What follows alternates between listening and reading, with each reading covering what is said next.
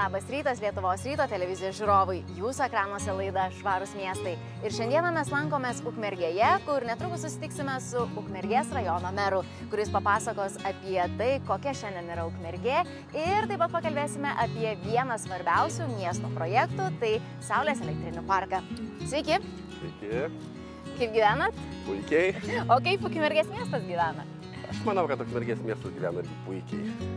Tikrai išgyvenam labai didelės permainas, iš tikrųjų einam žaliuoju kursu, daug vykdom projektų, tikrai norim, kad aš asmeniškai net noriu ir tikrai mūsų komanda nori, kad miestas būtų vienas gražiausių ir vienas labiausiai norinčių gyventi Lietuvoje, o gal net Europoje.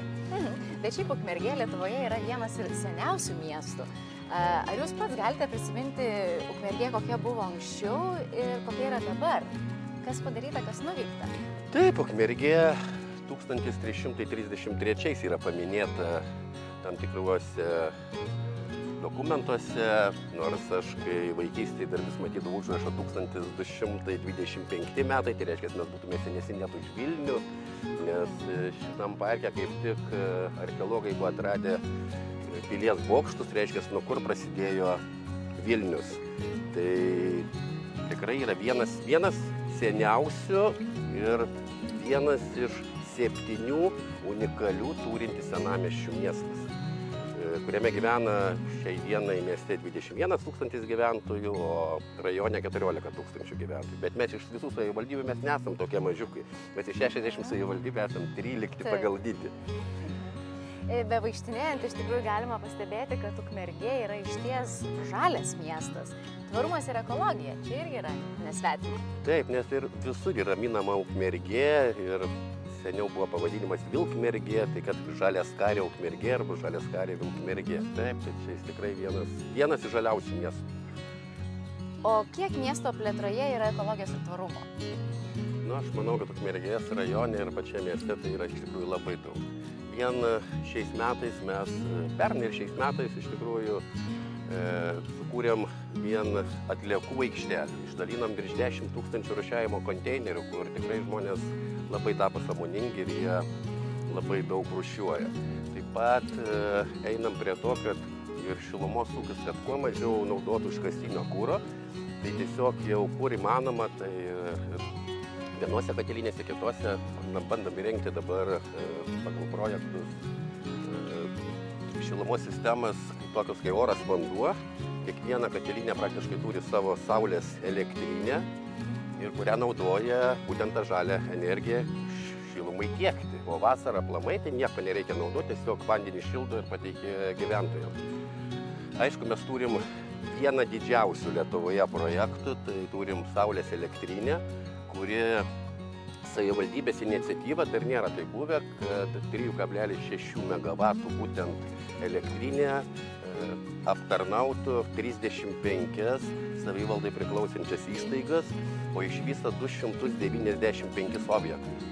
O mintis gimė tokia, kad dar man einant administracijos direktoriaus pareigas, vis tiek visos sąskaitos sukdavosi per direktorių, tai mintis buvo pasižiūrėti. Aišku, visos komandos čia jau darbo nuopelnuose, bet ta mintis gimė, kaip padaryti tą saulės elektrinę ir kaip sumažinti miesto apšvietimo kaštus iš tikrųjų. Tai buvo keli šimtai tūkstančių vien kainuodavo miesto apšvietimas, tai mintis buvo, kaip tai padaryti. Tai ir gimė mintis, kad reikia pastatyti, sukurti būtent saulės elektrinę, kuri tenkintų visus poreikius. Tai aš manyčiau, kad ar nereiktų nuvažiuoti, iki jos pasižiūrėti ir pratęsti pokalbį. Gerai, keliaujam.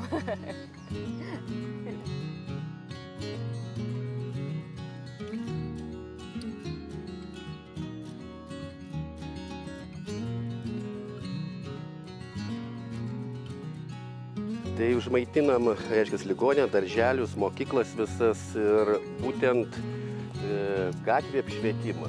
Ir iš 35 įstaigų, tai iš viso, reiškia, yra panaudota 295 objektai. Tai reiškia, tiek paskirstimo spintų turim užmaitinti šitos žaliosios energetikos. Tai jeigu dar kas dėl to, tai mes sutaupam per metus CO2 1500 tonų, tai reiškia, kad per metus mes išsaugom 50 000 medžių. O pati elektrinė turėtų gyvuoti pagal viską 25 metus, tai reiškia, išsaugosim 1 250 000 medžių. Tai reiškia, gyvensim tvariai, žaliai ir ekonomiškai. Taip, Ukmergės miestas bus dar žalesnis, dar sveikesnis. Tikrai, bus ne vien žalias karė, bet bus tiesiog žalia Ukmergė.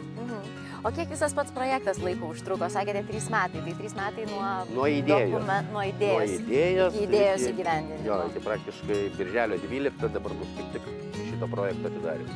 Dar sugrįžkime į pačią pradžią, kai pradėjote įrenginėti saulės elektrinės. Kiek laiko užtrukote? Didžiausias laikas užtrunka tai mūsų biurokratiniai valstybei, tai dokumentų paruošimas iš tikrųjų. Tai praktiškai čiut ne 2 metus reikėjo ruošti dokumentus, paskui surasti rangovą ir tada įgyvendinti. Rangovas sumontavo, jisai čia per kokį gerą pusmetį viską sumontavo ir sudėliojo. Baisiausia buvo tas, kad pagal galės, kaip mes šitoj teritorijoje ir galėjom tiek, reiškia, pakelti, reiškia, tą galę. Bet iš tikrųjų, kai prasidėjo projektas, pamatėm, kad trūksta galios. Ir tada belieka, ką reikia daryti. Tada, reiškia, reikia 500 000 papildomai lėšų, tai 250 000 finansuoja ESO kaip pusę projekto ir tada mes jau su rangovu pradėjome dalintis. Aišku, čia ir gal ne mūsų tiesioginė tokia kaltė, nekaltė ir neapsižiūrėjimas, pasakysiu, bet tam, kad projektas įvyktų, tiesiog susitarėm draugiškai, dar iš biudžeto mes dasidėjom savo dalį ir rangovas dasidėjo savo dalį. Ir tiesiog projektas įvyko. O jeigu ne, tiesiog jis būtų neįvykęs, gal mes būtume dar teismuose kažkur, bet tiesiog geriausia visą laiką laimi teisybė ir draugystė.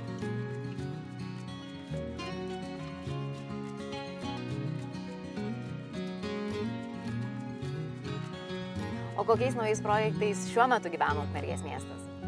Tai paskutinį, kurį norim įgyvendinti projektą, ne paskutinį, bet toks, kas dabar ten klausimas galbūt tarp dangaus ir žemės, gal taip pavadinsi, bet iš tikrųjų norim įsigyti 10 elektrinių, grynai elektrinių autobusų ir būsim aplamai žali tam, kad visi, net ir viešas transportas būtų žalias mūsų. Tai paraiška paduota, pinigai rezervuoti, tai laukiam dabar tik tai gamintojo, kada bus pagaminti autobusai ir tiesiog Ukmergė juos priims. Čia visai netolimoje ateityje. Taip, manau, kad čia metų bėgyje šitas dalykas turėtų įvykti. Tai ačiū už pokalbį. Tai ačiū, kad atvykote ir iki kitų kartų. Iki kitų kartų. Ačiū. Na, dabar trumpa reklama, neperjunkite kanalo.